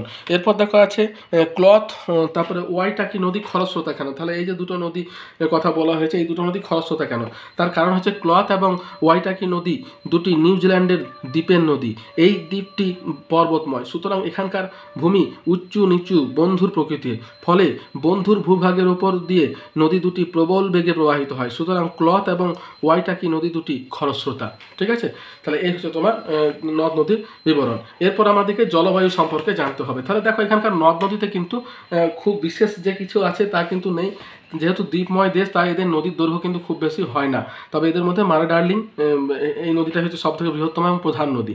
এরপর দেখো জলবায়ু সম্পর্কে হচ্ছে অস্ট্রেলিয়া মহাদেশকে কয়টি জলবায়ু অঞ্চলে ভাগ করা হয়েছে তাদের পরিচয় দাও। তাহলে দেখো এখানে যে অস্ট্রেলিয়া যেটা আছে এই মহাদেশকে কিন্তু তোমার কতগুলো জলবায়ু অঞ্চলে ভাগ করা হয়েছে, কতগুলো মোটামুটি তোমার 6টি জলবায়ু অঞ্চলে 1 2 3 4 5 6টা জলবায়ু অঞ্চলে ভাগ করা হয়েছে। এবার দেখো জলবায়ু সম্পর্কে আমরা বর্ণনা করছি। কি আছে বলছে, ওশিয়ানিয়া উত্তরে উত্তর দ্বীপ থেকে দক্ষিণে স্টুয়ার্ট দ্বীপ পর্যন্ত বিস্তৃত, ফলে এই অঞ্চলের বিভিন্ন স্থানে জলবায়ু পার্থক্য দেখা যায়। ছোট ছোট দ্বীপগুলির জলবায়ুতে সমুদ্রের প্রভাব দেখা যায়। আবার অস্ট্রেলিয়ার মতো বড় স্থলভাগের ভেতরে জলবায়ু কিন্তু চরম ভাবাপন্ন। তাহলে দেখো সমুদ্র উপকূলে যেটা আছে সেটা হচ্ছে নরম ভাবাপন্ন বা সমভাবাপন্ন, অন্যদিকে যেটা ভেতরের দিকে আছে সেগুলো হচ্ছে চরম ভাবাপন্ন প্রকৃতির। এই পার্থক্যের জন্য মহাদেশকে কয়টি জলবায়ু অঞ্চলে ভাগ করা যায়। প্রথম যেটা হচ্ছে নিরক্ষীয় জলবায়ু। তাহলে দেখো নিরক্ষীয় জলবায়ু কোনটা, যেটা নিরক্ষরেখার মোটামুটি কাছাকাছি। দেখো এই যে ম্যাপটা তোমরা দেখতে পাচ্ছ, এই যে দ্বীপটা যেটা উত্তরের দিকে যে অংশগুলো রয়েছে এই ছোট ছোট দ্বীপগুলো, এগুলো কিন্তু নিরক্ষীয় প্রকৃতির জলবায়ু অঞ্চলের অন্তর্গত, যেহেতু নিরক্ষরেখার কাছাকাছি এগুলো রয়েছে উত্তরের অংশটা। বলছে মেলানেশিয়া, পলিনেশিয়া, মাইক্রোনেশিয়া দ্বীপপুঞ্জগুলোতে নিরক্ষীয় জলবায়ু দেখা যায়। সারা বছর উচ্চ তাপমাত্রা ও বৃষ্টিপাত 200 সেন্টিমিটার এখানকার জলবায়ুর বৈশিষ্ট্য। এবার ক্রান্তীয় মৌসুমী জলবায়ু। তাহলে ক্রান্তীয় মৌসুমী জলবায়ু এই দেখো এই উত্তর অংশটাতে দেখা যাচ্ছে তোমার ক্রান্তীয় মৌসুমী জলবায়ু। তাহলে সব থেকে উপরে দেখা যাচ্ছে নিরক্ষীয় জলবায়ু, তারপরে তোমার চলে আসছে কর্কটক্রান্তি রেখার দিকে, যখন চলে আসছে সাউথের দিকে তখন এখানে তোমার ক্রান্তীয় মৌসুমী জলবায়ু। বলছে অস্ট্রেলিয়ার উত্তর এবং উত্তর পূর্বাংশে এই জলবায়ু দেখা যায়। এখানকার শীতল শীতকাল এবং শুষ্ক ও গ্রীষ্মকাল মৌসুমী বায়ুর প্রভাবে বৃষ্টিপাত হয়। বাৎসরিক গড় বৃষ্টিপাত 150 সেন্টিমিটার। এবার নাতিশীতোষ্ণ জলবায়ু। তাহলে দেখো নাতিশীতোষ্ণ জলবায়ু, তারপরে এই অংশটা অর্থাৎ পর্বত এবং সমভূমি, পর্বত আর এদিকে মালভূমির মাঝে যেটা আছে, যেখানে মানুষ সমভূমি অঞ্চল সব থেকে বেশি বসবাস করছে, সেটা হচ্ছে তোমার নাতিশীতোষ্ণ জলবায়ু অঞ্চলের অন্তর্গত। দেখো নাতিশীতোষ্ণ জলবায়ু হচ্ছে অস্ট্রেলিয়ার মারে ডার্লিং অববাহিকা ও পূর্ব উপকূলে ব্রিসবেনে এই জলবায়ু লক্ষ্য করা যায়। এখানকার উপকূল অঞ্চলে সারা বছর আয়ন বায়ু গ্রীষ্মকাল এবং পশ্চিমা বায়ু শীতকালে প্রভাবে বৃষ্টি হয়। এবার ভূমধ্যসাগরীয় জলবায়ু অঞ্চল। তাহলে ভূমধ্যসাগরীয় জলবায়ু অঞ্চল কোথায় দেখা যাচ্ছে গো? ভূমধ্যসাগরীয় জলবায়ু অঞ্চলে দেখো সাউথের এই দক্ষিণের অংশটাতেই দেখো এখানে দেখতে পাওয়া যাচ্ছে ভূমধ্যসাগরীয় জলবায়ু অঞ্চল। বলছে অস্ট্রেলিয়ার পূর্ব উপকূল বরাবর পারথ আর অ্যাডিলেড অঞ্চলে এই জলবায়ুর প্রভাব রয়েছে। এখানে পশ্চিমা বায়ুর প্রভাবে শীতকালে বৃষ্টিপাত হয়, গ্রীষ্মকাল উষ্ণ। এবার দেখো ক্রান্তীয় মরু এবং মরুপ্রায় জলবায়ু অঞ্চল, অর্থাৎ যে যে জায়গাতে তোমার মরুভূমি রয়েছে দেখো বেশি এই যে এই অংশটা ক্রান্তীয় মরু এবং মরুপ্রায়। তাহলে দেখতে পাচ্ছ জলবায়ুর প্রতিকূলতার জন্য কিন্তু অস্ট্রেলিয়ার বেশিরভাগ অংশটাই কিন্তু তোমার বসবাসের যোগ্য নয়, যার জন্য এখানে জনসংখ্যাটা কিন্তু খুবই কম। অস্ট্রেলিয়ার প্রায় 80% ওপর জায়গা বসবাসের অযোগ্য। এই যার জন্য দেখো ক্রান্তীয় মরু এবং মরুপ্রায় জলবায়ুটা দেখো বেশিরভাগটাই কিন্তু অস্ট্রেলিয়াকে দখল করে রেখেছে, অর্থাৎ যে মরুভূমি মালভূমি অঞ্চলটা এবং তার পার্শ্ববর্তী অঞ্চলটা পুরোটাই কিন্তু মরু এবং মরুপ্রায় অঞ্চলের অন্তর্গত। দেখো অস্ট্রেলিয়ার মধ্য এবং পশ্চিমের এই জলবায়ু অঞ্চলে বৃষ্টি হয় না বললেই চলে। বার্ষিক গড় বৃষ্টিপাতের 25 সেন্টিমিটার কম। গ্রীষ্মকাল বেশ উষ্ণ আর শীতকাল শীতল প্রকৃতির। তাহলে এইটুকু জায়গার মধ্যে কিন্তু মানুষ বসবাস করছে অস্ট্রেলিয়া, বুঝতে পেরেছো? বাকি জায়গাগুলো কিন্তু প্রতিকূল প্রকৃতির জলবায়ু। এবার ব্রিটিশ জলবায়ু কোনটাকে বলছে? ব্রিটিশ জলবায়ু দেখো এই যে সামান্য ছোট ছোট যে অংশগুলো আছে এগুলো হচ্ছে ব্রিটিশ প্রকৃতির জলবায়ু। বলছে দক্ষিণ পূর্ব অস্ট্রেলিয়া, তারপরে তাসমানিয়া, নিউজিল্যান্ড এই জলবায়ু দেখা যায়। গ্রীষ্মকাল হালকা উষ্ণ এবং শীতকাল বেশ শীত। পশ্চিমা বায়ুর প্রভাবে এখানে সারা বছর প্রচুর পরিমাণে বৃষ্টিপাত হয়। তাহলে এই হচ্ছে তোমার এখানকার জলবায়ুর বৈশিষ্ট্য। এবার দেখো যেটা আছে বলছে ওশিয়ানিয়ার যে কোনো 3টি জলবায়ু অঞ্চলের বিবরণ দাও। তাহলে আমরা এই এতগুলো জলবায়ু অঞ্চল সম্পর্কে জানলাম। এবারে এইগুলোর মধ্যে বলছে কি যে কোনো 3টি জলবায়ু অঞ্চল সম্পর্কে ভালোভাবে বিবরণ দিতে বলছে। তাহলে প্রথম কোনটা দেব, নিরক্ষীয় জলবায়ু অঞ্চল। অর্থাৎ আমাদের যদি ম্যাপটা দেখি তাহলে দেখো এখানে নিরক্ষীয় প্রকৃতির জলবায়ু, অর্থাৎ উত্তরের দ্বীপগুলিতে তোমার নিরক্ষীয় প্রকৃতির জলবায়ু বিরাজ করছে। তাহলে এটা সম্পর্কে আমরা বর্ণনা করছি। বলছে নিরক্ষরেখার উভয় দিকে 5 ডিগ্রি পর্যন্ত নিরক্ষীয় জলবায়ু দেখা যায়। অবস্থান হচ্ছে পাপুয়া নিউগিনি দ্বীপে নিরক্ষীয় জলবায়ু বিরাজ করে। বৈশিষ্ট্য, এই অঞ্চলে সারা বছর মধ্যাহ্নকালীন সূর্যরশ্মি লম্ব হয়ে পড়ে এবং দিন রাতের দৈর্ঘ্য সমান থাকে। 2 হচ্ছে সূর্য প্রতিদিন একই সময় উদিত হয় এবং একই সময় অস্ত যায়। 3 হচ্ছে এই অঞ্চলে ঋতু পরিবর্তন হয় না, সারা বছর উষ্ণ গ্রীষ্ম ঋতু বিরাজ করে। 4 হচ্ছে উত্তর পূর্ব দক্ষিণ পূর্ব আয়নবায়ু সারা বছর এই অঞ্চলের দিকে ছুটে আসে এবং ইন্টারট্রপিক্যাল কনভেনশন জোন সৃষ্টি হয়। ফলে উষ্ণ আর্দ্র বায়ু ওপরে উঠে ঠান্ডা হয়ে প্রতিদিনই অপরাহ্নে বজ্রবিদ্যুৎ সহ পরিচলন বৃষ্টিপাত ঘটায়। তারপরে কি আছে উষ্ণতা, সারা বছর সূর্যরশ্মি এই অঞ্চলে লম্বাভাবে পড়ে, তাই এই অঞ্চলে উষ্ণতা বেশি। উষ্ণতার পরিমাণ 22 থেকে 34 ডিগ্রি সেলসিয়াস এবং গড় উষ্ণতা হচ্ছে 27 ডিগ্রি সেলসিয়াস। বৃষ্টিপাত বলছে এই অঞ্চলে বার্ষিক বৃষ্টিপাতের পরিমাণ 150 থেকে 300 সেন্টিমিটার। এবার ক্রান্তীয় মৌসুমী জলবায়ু অঞ্চল, অর্থাৎ তোমার ক্রান্তীয় মৌসুমী, অর্থাৎ আমাদের নিরক্ষীয় অঞ্চলের পরে এই যে এই অঞ্চলটা আছে তোমার ক্রান্তীয় মৌসুমী প্রকৃতির জলবায়ু। এখানে কি বলছে ওশিয়ানিয়ার 10 ডিগ্রি দক্ষিণ অক্ষাংশ থেকে 23.5 ডিগ্রি দক্ষিণ অক্ষাংশ পর্যন্ত ক্রান্তীয় মৌসুমী প্রকৃতির জলবায়ু দেখা যায়। অবস্থান বলছে অস্ট্রেলিয়ার পশ্চিম উত্তর টেরিটরি এবং কুইন্সল্যান্ডের উত্তর অংশে ক্রান্তীয় মৌসুমী জলবায়ু বিরাজ করে। বৈশিষ্ট্য কী বলছে, শীতকালে উত্তর পূর্ব দিক থেকে স্থলভাগের উপর দিয়ে মৌসুমী বায়ু প্রবাহিত হয়ে এই অঞ্চলে আসে, ফলে বাতাসে জলীয় বাষ্প থাকে না, তাই বৃষ্টিপাত হয় না। 2 হচ্ছে গ্রীষ্মকালে দক্ষিণ পশ্চিম দিক থেকে সাগরের উপর দিয়ে মৌসুমী বায়ু প্রবাহিত হয়ে এই অঞ্চলে আসে, তাই বায়ুতে প্রচুর জলীয় বাষ্প থাকে, ফলে প্রচুর বৃষ্টিপাত হয়। বি হচ্ছে উষ্ণতা। উষ্ণতাটা কী আছে বলছে গ্রীষ্মকালের তোমার গড় উষ্ণতা হচ্ছে তোমার 30 থেকে 32 ডিগ্রি সেলসিয়াস, শীতকালের গড় উষ্ণতা হচ্ছে 19 থেকে 22 ডিগ্রি সেলসিয়াস। 3 হচ্ছে উষ্ণতার বার্ষিক গড় তোমার 25 থেকে 27 ডিগ্রি সেলসিয়াস। বৃষ্টিপাত হচ্ছে শীতকালে বৃষ্টি হয় না বললেই চলে। 2 হচ্ছে গ্রীষ্মকালে বৃষ্টিপাত ঘটে। 3 হচ্ছে এই অঞ্চলে শৈলক্ষেপ এবং পরিচলন বৃষ্টি হয়। 4 হচ্ছে বার্ষিক বৃষ্টিপাতের পরিমাণ 100 সেন্টিমিটার। এরপর দেখো ক্রান্তীয় মরু জলবায়ু অঞ্চল। বিস্তৃতি ক্রান্তীয় মরু জলবায়ু অঞ্চল যেটা তোমার সব থেকে বেশি পরিমাণে, এই দেখো এই যে অরেঞ্জ কালারে যেটা তোমার গেরুয়া কালারে যেটা দেওয়া আছে, এই পুরোটাই কিন্তু তোমার ক্রান্তীয় মরু জলবায়ু অঞ্চলের অন্তর্গত। বলছে ওশিয়ানার 15 থেকে 30 ডিগ্রি দক্ষিণ অক্ষাংশের মধ্যে ক্রান্তীয় মরু জলবায়ু বিরাজ করে। অবস্থান হচ্ছে পশ্চিম অস্ট্রেলিয়া, উত্তর অস্ট্রেলিয়া, দক্ষিণ অস্ট্রেলিয়া। দেখো 4টে দিকে কিন্তু দখল করে নিল, শুধু পূর্ব অস্ট্রেলিয়াটা বাদ, যেখানে মানুষ বসবাস করছে। ওই একদিকে পাহাড় আর একদিকে মরুভূমি, তার মাঝে মানুষ একটু মতন বসবাস করছে। দক্ষিণ অস্ট্রেলিয়ার দক্ষিণ ভাগ ক্রান্তীয় মরু জলবায়ু অঞ্চল দেখা যায়। বৈশিষ্ট্য কি, জলবায়ুতে ঋতু পরিবর্তন হয় না বললেই চলে। দিবাভাগের উষ্ণতা খুব বেশি, রাত্রের তাপমাত্রা খুবই কম। উষ্ণতা হচ্ছে গ্রীষ্মকালের উষ্ণতা 30 থেকে 35 ডিগ্রি সেলসিয়াস এবং শীতকালের গড় উষ্ণতা 16 থেকে 28 ডিগ্রি সেলসিয়াস। বার্ষিক উষ্ণতার প্রসর 30 থেকে 35 ডিগ্রি সেলসিয়াস। দিনের সর্বোচ্চ উষ্ণতা 60 থেকে 70 ডিগ্রি সেলসিয়াস। রাতের সর্বনিম্ন উষ্ণতা 20 থেকে 25 ডিগ্রি সেলসিয়াস। দিনের উষ্ণতার প্রসর প্রায় 20 থেকে 50 ডিগ্রি সেলসিয়াস। বৃষ্টিপাত খুবই কম, অনিশ্চিত। বছরে মোট বৃষ্টিপাতের পরিমাণ মাত্র 25 সেন্টিমিটারের মতো। তাহলে দেখো এত প্রতিকূল পরিবেশে মানুষ বসবাস করবেই বা কী করে। তারপর দেখো কি আছে, ওশিয়ানিয়ার চীন দেশীয় ভূমধ্যসাগরীয় এবং ব্রিটিশ দ্বীপপুঞ্জের জলবায়ুর অবস্থান এবং বৈশিষ্ট্য লেখা, অর্থাৎ বাতিগুলো সম্পর্কে একটু আমাদের আলোচনা করতে হবে। তাহলে চীন দেশীয় জলবায়ু বলছে এই জলবায়ু মহাদেশের পূর্বভাগে তোমার 25 থেকে 38 ডিগ্রি দক্ষিণ অক্ষাংশের মধ্যে অবস্থিত। এই চীন দেশীয় জলবায়ু নিউ সাউথ ওয়েলসের পূর্বভাগে বিরাজ করছে। জলবায়ুর বৈশিষ্ট্য হচ্ছে উষ্ণ আর্দ্র গ্রীষ্মকাল এবং মৃদু শীতকালে এই জলবায়ুর বৈশিষ্ট্য। 2 হচ্ছে গ্রীষ্মকালে সমুদ্র থেকে আর্দ্র বায়ু অভ্যন্তরে প্রবেশ করে। 3 নম্বর হচ্ছে শীতকালে উষ্ণতা 4 থেকে 12 ডিগ্রি সেলসিয়াস। বৃষ্টিপাত এই অঞ্চলে বার্ষিক গড় বৃষ্টিপাত 100 থেকে 150 সেন্টিমিটার। ভূমধ্যসাগরের জলবায়ু, তাহলে ভূমধ্যসাগরের জলবায়ু কোন অঞ্চলটাতে অবস্থান করছে গো? ভূমধ্যসাগরের জলবায়ু দেখো, এই যে ভূমধ্যসাগরের জলবায়ু এই অঞ্চলটাতে অবস্থান করছে। এই যে সাউথের দক্ষিণ অংশটাতে তোমার ভূমধ্যসাগরের জলবায়ু অবস্থান করছে। বলছে অস্ট্রেলিয়ার দক্ষিণ অংশে 30 থেকে তোমার 45 ডিগ্রি দক্ষিণ অংশে ভূমধ্যসাগরের জলবায়ু অবস্থান করে। অবস্থান হচ্ছে অস্ট্রেলিয়ার অ্যাডিলেড এবং পার্থ অঞ্চলে ভূমধ্যসাগরের জলবায়ু বিরাজ করে। জলবায়ুর বৈশিষ্ট্য কি, এই অঞ্চলে শীতকালে বৃষ্টি হয়, গ্রীষ্মকাল শুষ্ক থাকে। বৃষ্টিপাতের পরিমাণ 25 থেকে 75 সেন্টিমিটার। 3 হচ্ছে আকাশ সারা বছর রৌদ্রোজ্জ্বল থাকে। বি হচ্ছে উষ্ণতা, এই অঞ্চলের গ্রীষ্মের গড় উষ্ণতা 21 থেকে 26 ডিগ্রি সেলসিয়াস, শীতের গড় উষ্ণতা প্রায় 4 থেকে 10 ডিগ্রি সেলসিয়াস, বার্ষিক গড় উষ্ণতা 15 থেকে 20 ডিগ্রি সেলসিয়াস। বৃষ্টিপাতের পরিমাণ শীতকালে 25 থেকে 75 সেন্টিমিটার বৃষ্টিপাত হয়, গ্রীষ্মকালে বৃষ্টিপাত হয় না। তাহলে এই হচ্ছে তোমার ওশিয়ান দ্বীপপুঞ্জ অঞ্চলের। এবার দ্বীপপুঞ্জ অঞ্চলের জলবায়ুটা কি আছে বলছে অস্ট্রেলিয়ার 40 থেকে 60 ডিগ্রি দক্ষিণ অক্ষাংশ অঞ্চলে এই জলবায়ু দেখা যায়। ঠিক আছে, এবার কি অবস্থান কি, ওশিয়ানিয়ার তাসমানিয়া, নিউজিল্যান্ডে ব্রিটিশ দ্বীপপুঞ্জের জলবায়ু দেখা যায়। জলবায়ু বৈশিষ্ট্য কি সারা বছর ধরে এই অঞ্চলে বৃষ্টি হয়। জলবায়ু কিন্তু সমভাবাপন্ন। উষ্ণতা গ্রীষ্মকালে গড় উষ্ণতা 16 ডিগ্রি সেলসিয়াস, শীতের গড় উষ্ণতা 4 ডিগ্রি সেলসিয়াস। গ্রীষ্ম এবং শীতের উষ্ণতার পার্থক্য বেশি নয়। বৃষ্টিপাত হচ্ছে সারা বছর ধরে এখানে বৃষ্টিপাত হয়। শীতকালে বেশি বৃষ্টি হয়। নিউজিল্যান্ডে বার্ষিক বৃষ্টিপাতের পরিমাণ 294 সেন্টিমিটার। তাহলে এই হচ্ছে তোমার জলবায়ু। এরপর দেখো স্বাভাবিক উদ্ভিদ সম্পর্কে আমাদের আলোচনা করতে হবে। বলছে ওসিয়ানিয়ার স্বাভাবিক উদ্ভিদ অঞ্চলকে কয়টি ভাগে ভাগ করা যায়, প্রত্যেকটা ভাগের সংক্ষিপ্ত বিবরণ দাও। তাহলে দেখো ঠিক যেমন আমাদের জলবায়ু অঞ্চলকে 6টা ভাগে ভাগ করা হয়েছে, তোমার স্বাভাবিক উদ্ভিদ অঞ্চল যেটা আছে সেই স্বাভাবিক উদ্ভিদ অঞ্চলটাকেও কিন্তু সেই একই রকমভাবে তোমার ভাগ করা হবে 6টে ভাগেই।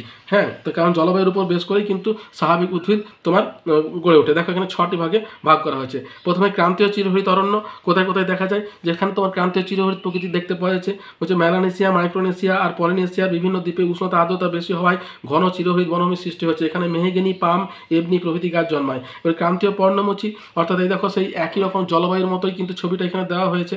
এখানে স্বাভাবিক উদ্ভিদ সেই একই রকমভাবে গ্রো করেছে।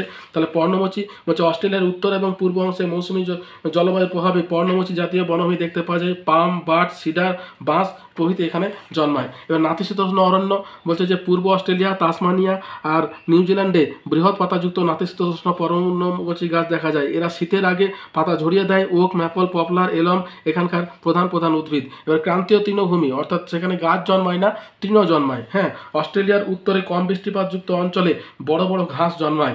অস্ট্রেলিয়ার এই অঞ্চল পার্কল্যান্ড সাভানা নামে পরিচিত। এই তৃণভূমিতে মাঝে মাঝে ইউক্যালিপটাস, জুড়া জাতীয় গাছ কিন্তু দেখা যায়। এবার নাতিশীতোষ্ণ তৃণভূমি বলছে গ্রেট ডিভাইডিং রেঞ্জের পশ্চিম দিকে মারে ডার্লিং অববাহিকায় ছোট ছোট ঘাসের বিশাল তৃণভূমি দেখা যায়। এদের ডাউন্স বলা হয়। তাহলে দেখো অস্ট্রেলিয়ার তৃণভূমি হচ্ছে ডাউন্স, উত্তর আমেরিকার প্রেইরি, দক্ষিণ আমেরিকার পম্পাস, আফ্রিকার ভেল্ট এবং অস্ট্রেলিয়াতে ডাউন্স। এই কয়েকটা তৃণভূমি হচ্ছে বিশ্ববিখ্যাত এবং এই তৃণভূমি অঞ্চলের উপরেই কিন্তু পশুপালন করা হয় এবং মাংস তোমার সারা বিশ্বে রপ্তানি করা হয়। মরুভূমি বলছে অস্ট্রেলিয়ার পশ্চিমের মরুভূমি অঞ্চলে কম বৃষ্টিপাতের কারণে ক্যাকটাস, মালাগার, লবণাম্বু, ঝোপঝাড় প্রভৃতি জন্মায়। এবার ভূমধ্যসাগরীয় উদ্ভিদ বলছে অস্ট্রেলিয়ার দক্ষিণাংশে বিক্ষিপ্ত হয়ে এই বনভূমি দেখা যায়। যারা, কারি, ব্লু গাম প্রভৃতি প্রধান উদ্ভিদ। তাহলে এই হচ্ছে তোমার স্বাভাবিক উদ্ভিদের বিবরণ। এরপর দেখা আছে ওসিয়ানের যে কোনো 3টি স্বাভাবিক উদ্ভিদ অঞ্চলের অবস্থান এবং বৈশিষ্ট্য লেখো। তাহলে দেখো আমাদের এতগুলো আছে, তার মধ্যে এবার 3টি অঞ্চল সম্পর্কে আমাদের অবস্থান এবং বৈশিষ্ট্য লিখতে হবে। 3টি স্বাভাবিক উদ্ভিদ অঞ্চলের তাহলে 3টি স্বাভাবিক উদ্ভিদের তোমার অবস্থান এবং বৈশিষ্ট্য আমাদের জলবায়ু অঞ্চল 3টি আছে এবং তার সঙ্গে সঙ্গে আমাদের স্বাভাবিক উদ্ভিদ যেগুলো আছে সেগুলো সম্পর্কে আমরা আলোচনা করবো। তাহলে প্রথমে যেটা আছে নিরক্ষীয় চিরসবুজ বনভূমি। তাহলে বিস্তৃতি বলছে দক্ষিণ গোলার্ধের 5 ডিগ্রি থেকে 10 ডিগ্রি অক্ষাংশের মধ্যে যে অঞ্চলে 200 থেকে 250 সেন্টিমিটার বৃষ্টিপাত এবং উষ্ণতা 27 থেকে 34 ডিগ্রি সেলসিয়াস, সেই অঞ্চলে চিরসবুজ বনভূমি দেখা যায়। অবস্থান হচ্ছে ওসিয়ানার পাপুয়া নিউগিনিতে দক্ষিণ চিরসবুজ বনভূমি গড়ে উঠেছে। বনভূমির বৈশিষ্ট্য কি, গাছগুলির পাতা একসঙ্গে ঝরে পড়ে না। এই বনভূমির গাছগুলি খুবই ঘন সন্নিবিষ্ট, গাছগুলি দ্রুত বেড়ে ওঠে এবং বনে বিভিন্ন প্রজাতির গাছ জন্মায়। বনভূমির তলদেশে লতা, গুল্ম, আগাছা প্রচুর জন্মায়, ফলে বনভূমিতে হেঁটে বেড়ানো কষ্টকর। প্রধান গাছ কি এই বনভূমিতে? রোজউড, আয়রনউড, ব্রাজিল নাট, মেহগিনি, তাল জাতীয় উদ্ভিদ, পাম, রবার, কোকো, আবলুস, কর্পূর প্রভৃতি গাছ জন্মায়। এবার ক্রান্তীয় পর্ণমোচী বৃক্ষের বনভূমি বলছে বিস্তৃতি বলছে মকর ক্রান্তীয় অঞ্চলে যে সকল স্থানে বৃষ্টিপাতের পরিমাণ 100 থেকে 200 সেন্টিমিটার এবং উষ্ণতা 27 থেকে 32 ডিগ্রি সেলসিয়াস কিন্তু সারা বছর ধরে বৃষ্টি হয় না, সেই সকল অঞ্চলে পর্ণমোচী বৃক্ষের বনভূমি দেখতে পাওয়া যায়। অবস্থান হচ্ছে পশ্চিম অস্ট্রেলিয়া, উত্তর টেটিকোটি এবং কুইন্সল্যান্ডের উত্তর অংশে ক্রান্তীয় পর্ণমোচী বৃক্ষের বনভূমি গড়ে উঠেছে। বৈশিষ্ট্য কি? প্রথম হচ্ছে তো শীতকাল প্রায় বৃষ্টিহীন, তাই জলের অভাবে গাছের সব পাতা একসঙ্গে ঝরে যায়। 2 হচ্ছে গাছগুলি বেশি ঘনভাবে জন্মায়। 3 হচ্ছে শাল, সেগুন গাছ লম্বা হলেও অন্যান্য গাছের উচ্চতা বেশি হয় না। প্রধান গাছ হচ্ছে এই বনভূমিতে শাল, সেগুন, পলাশ, মহুয়া, শিশু, জারুল প্রভৃতি জন্মায়। এটা দেখো ভূমধ্যসাগরের বনভূমি বলছে 30 থেকে 45 ডিগ্রি দক্ষিণ অক্ষাংশের মধ্যে ভূমধ্যসাগরের বনভূমি দেখা যায়। অবস্থান হচ্ছে অস্ট্রেলিয়ার অ্যাডিলেড এবং পার্থ অঞ্চলে ভূমধ্যসাগর বনভূমি গড়ে উঠেছে। বৈশিষ্ট্য কি? শুষ্ক উষ্ণ গ্রীষ্মের গরম থেকে নিজেদের বাঁচাবার জন্য গাছগুলির কাণ্ড মোটা ছাল দ্বারা ঢাকা থাকে। 2 হচ্ছে পাতার ওপর মোমের মতো আবরণ থাকে। 3 হচ্ছে জল সংরক্ষণের জন্য গাছের শিকড়গুলি মাটির গভীরে প্রবেশ করে। প্রধান গাছ কি? প্রধান গাছগুলি হলো কর্ক, ওক, তারপরে কুইরকাস, সুবার, জলপাই, আঙ্গুর, কমলালেবু গাছ প্রভৃতি। তাহলে এই গেল তোমার স্বাভাবিক উদ্ভিদ সম্পর্কে বর্ণনা। এবার দেখো ছোট ছোট কয়েকটা প্রশ্ন আছে, যেমন মালি কাকে বলে। তাহলে দেখো মালি হচ্ছে তোমার আমাদের যে অস্ট্রেলিয়ার পূর্বে অবস্থিত অ্যাডিলেড থেকে পশ্চিমে জেরাল্ড টন পর্যন্ত স্বল্প বৃষ্টিপাতযুক্ত অঞ্চলে বিশেষ এক শ্রেণীর ঝোপ গাছ জন্মায়। এই ঝোপটাকেই বলছে তোমার ম্যালি। এবারে পার্কল্যান্ড সাভানা বলতে কি বোঝো? তাহলে পার্কল্যান্ড সাভানা দেখো, অস্ট্রেলিয়ার উত্তরে কম বৃষ্টিপাতযুক্ত অঞ্চলে ক্রান্তীয় তৃণভূমি গড়ে উঠেছে। এই তৃণভূমিকে বড় বড় ঘাস জন্মায়। এই তৃণভূমির মাঝে মাঝে ইউক্যালিপটাস ও জুরা জাতীয় গাছ জন্মায়। অস্ট্রেলিয়ার এই তৃণভূমি অঞ্চলকে পার্কল্যান্ড সাভানা বলা হয়। তারপর দেখো ডাউন্স কোনটাকে বলছে? ডাউন্স হচ্ছে তোমার কি গো? তৃণভূমি। তাহলে অস্ট্রেলিয়ার গ্রেট ডিভাইডিং রেঞ্জের পশ্চিমে অবস্থিত মারে ডার্লিং অববাহিকায় ছোট ছোট ঘাসের এক বিশাল তৃণভূমি গড়ে উঠেছে। এই তৃণভূমি ডাউন্স নামে পরিচিত। অস্ট্রেলিয়ার নাতিশীতোষ্ণ তৃণভূমি ডাউন্স দেখা যায়। এরপর দেখো কি আছে, মেলানেশিয়া এবং সাইক্রোনেশিয়া চিরহরিত বনভূমির সৃষ্টি হয়েছে কেন? তার কারণ কি? এখানে নিরক্ষীয় প্রকৃতির জলবায়ু বিরাজ করছে, তাই সৃষ্টি হয়েছে। দেখো তোমার মেলানেশিয়া এবং সৃষ্টি হয়েছে তার কারণ কি? যে সমস্ত অঞ্চলে 200 সেন্টিমিটারের বেশি বৃষ্টিপাত হয় সেখানে চিরহরিত বনভূমির সৃষ্টি হয়েছে। মেলানেশিয়া এবং মাইক্রোনেশিয়া নিরক্ষীয় জলবায়ু অঞ্চলে অবস্থিত, সুতরাং এখানে বছরে 200 সেন্টিমিটারের বেশি বৃষ্টিপাত হয় এবং সারা বছর এখানকার উষ্ণতা থাকে প্রায় 2.8 ডিগ্রি সেলসিয়াস। তাই এখানে গাছে সারা বছর সবুজ পাতা থাকে, অর্থাৎ এই অঞ্চলে চিরহরিত বনভূমির সৃষ্টি হয়েছে। ওসিয়ানিয়ার অন্যতম চিরহরিত উদ্ভিদ হলো জারাকারি। এরপর দেখো, তাহলে এটা হয়ে গেল। তাহলে এরপর আমাদেরকে পড়তে হবে মারে ডার্লিং অববাহিকা সম্পর্কে, যেটা কিন্তু হার্ট অফ অস্ট্রেলিয়া, বুঝতে পেরেছো, বা ওসিয়ানিয়া। এখানে কিন্তু সব থেকে বেশি পরিমাণ মানুষ কিন্তু বসবাস করে এবং এটাই হচ্ছে অস্ট্রেলিয়ার প্রধান নদী। তাহলে এবার দেখো কি আছে, বলছে রিভোরিনা সমভূমি সম্পর্কে লেখো। তাহলে এই মারে ডার্লিং অববাহিকা যে সমভূমি অঞ্চল সৃষ্টি করেছে না, তারই নাম হচ্ছে তোমার রিভোরিনা। ঠিক আছে, তাহলে আমরা রিভোরিনা সম্পর্কে জানবো। রিভোরিনা কি দেখো, বলছে অস্ট্রেলিয়ার মধ্যভাগের সমভূমির দক্ষিণে অবস্থিত মারে ডার্লিং অববাহিকা, একে রিভোরিনা সমভূমি বলা হয়। এই অঞ্চলের পূর্বে আছে গ্রেট ডিভাইডিং রেঞ্জ, পশ্চিমে আছে মালভূমি অঞ্চল, উত্তরে আছে আয়ার হ্রদের অববাহিকা এবং দক্ষিণে আছে ভারত মহাসাগর। রিভোরিনা সমভূমি অত্যন্ত সমৃদ্ধ এবং ঘন বসতিপূর্ণ।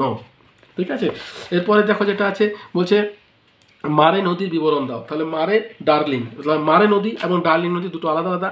এটা মারে নদীর বিবরণ বলছে, মারে নদী অস্ট্রেলিয়ার আল্পস থেকে উৎপন্ন হয়ে দক্ষিণ পশ্চিম দিকে প্রবাহিত হয়ে এনকাউন্টার হ্রদে পতিত হয়েছে। এই নদীর দৈর্ঘ্য 2589 কিলোমিটার। এর প্রধান উপনদী হলো ডার্লিং, তারপরে লাচলান, মারামবিজি। প্রধান উপনদী ডার্লিং তোমার ওয়েন্টওয়ার্থ শহরের কাছে মারের সঙ্গে যুক্ত হয়েছে। তাহলে দেখো আমরা যদি নদ নদীটা দেখি তাহলে আমরা বুঝতে পারবো। এই দেখো এই জায়গাটা তোমার মারে ডার্লিং অববাহিকাটা, এই দেখো এই জায়গাটা হচ্ছে মারে ডার্লিং নদী অববাহিকা এবং এই জায়গাতে উৎপন্ন হয়ে এরকম জায়গাতে গিয়ে তোমার এরকম এখানে এসে পরে তোমার মিশেছে। এই যে এটা হচ্ছে মারে ডার্লিং নদী অববাহিকা, এটা মারে, এটা ডার্লিং। ঠিক আছে, এরপরে দেখো ডার্লিং কোনটাকে বলছে, যে মারে নদীর উপনদী হলো ডার্লিং নদী। হ্যাঁ, এর উপনদী হচ্ছে ডার্লিং নদী। এই নদী নিউ ইংল্যান্ড রেঞ্জ থেকে উৎপন্ন হয়ে এর দৈর্ঘ্য 1163 কিলোমিটার। ডার্লিংয়ের প্রধান উপনদী হচ্ছে পারো, ওয়াগেরো ও বারেন। হ্যাঁ, ডার্লিং নদীটি দক্ষিণ দিকে প্রবাহিত হয়ে ওয়েলথওয়ার্থ শহরের কাছে গিয়ে মারে নদীর সঙ্গে মিলিত হয়েছে। এই মিলিত স্রোত মারে নামে এনকাউন্টার হ্রদে গিয়ে মিলিত হয়েছে।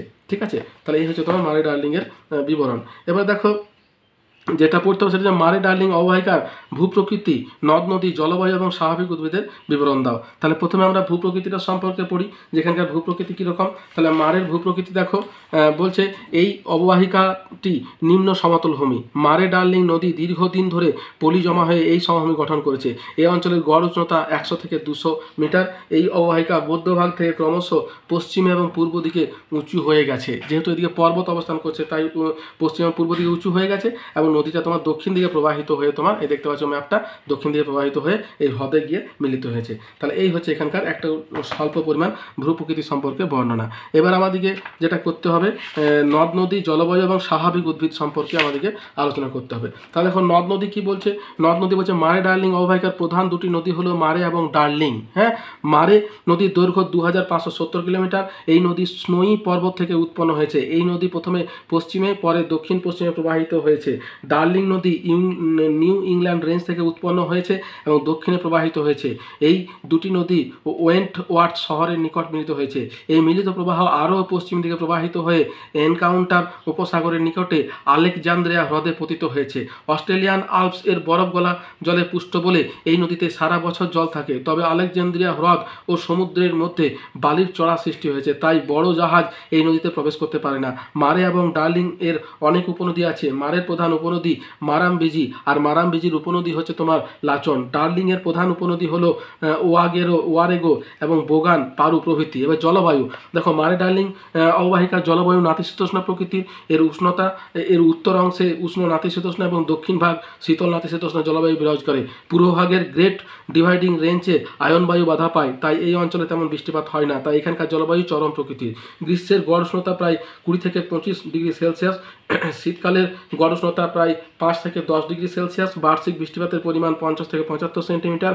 উত্তর পশ্চিম অংশে বৃষ্টিপাত কম, দক্ষিণ উপকূলে শীতকালেই বেশি বৃষ্টিপাত হয়। স্বাভাবিক উদ্ভিদ বলছে এই অববাহিকার দক্ষিণ পূর্বাংশে কিছু ইউক্যালিপটাস, জারা, কারি, ব্লুগাম প্রভৃতি চিরহরিত উদ্ভিদ জন্মায়। এই অঞ্চলে বৃষ্টিপাত কম, তাই এখানে বনভূমি গড়ে ওঠেনি। এই অঞ্চলে স্টেপ জাতীয় তৃণভূমি দেখা যায়, এই তৃণভূমি ডাউন্স নামে পরিচিত।